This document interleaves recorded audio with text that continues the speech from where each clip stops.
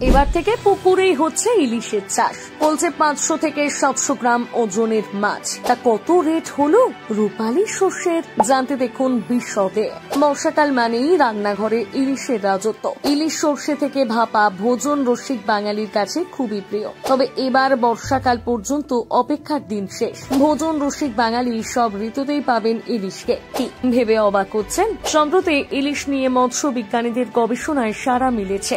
গত বুধবার ভারত সরকার বিবৃতি দিয়ে জানিয়েছে এবার থেকে পুকুরেও চাষ করা যাবে ইলিশ মাছ।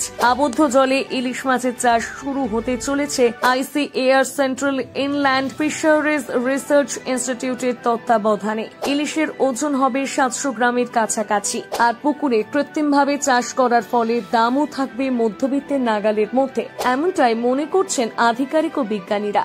জানা গিয়েছে যে পরীক্ষামূলকভাবে কোলাঘাট ব্লকের জমিটা এলাকায় ইলিশ চাষ করে সিফ্রি। তাতে মিলেছে দুর্দান্ত সাফল্য।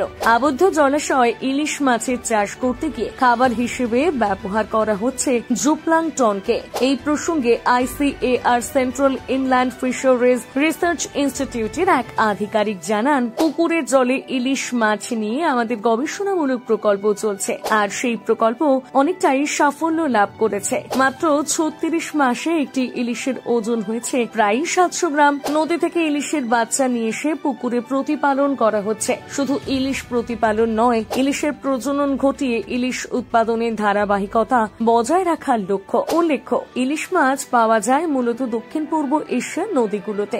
বাংলাদেশের পদ্মা, মেঘনা, ব্রহ্মপুত্রের কিছু অংশ এবং গোদাবরী নদীতে প্রচুর পরিমাণে পাওয়া যায়। এর মাঝে পদ্মার ইলিশের স্বাদ সবচেয়ে ভালো। ভারতের রূপনারায়ণ নদী, গঙ্গা, গোদাবরী নদীর ইলিশ তাদের সুস্বাদু ডিমের জন্য বিখ্যাত।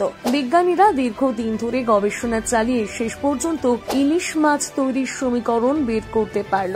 এবার এই মাছের অ্যাকুয়াকালচার শুরু করা হবে। আর এই প্রকল্পের জন্য বেছে নেওয়া হয়েছে পশ্চিমবঙ্গের বিভিন্ন অঞ্চলকে। প্রথম পর্যায়ের কাজের জন্য রহরা ফ্রেশ ওয়াটার জোন, কাকদ্বীপের ব্যাক ওয়াটার জোন এবং পূর্ব মেদিনীপুর কোলাঘাটের ইন্টারমিডিয়েট জোনকে ব্যবহার করা হবে।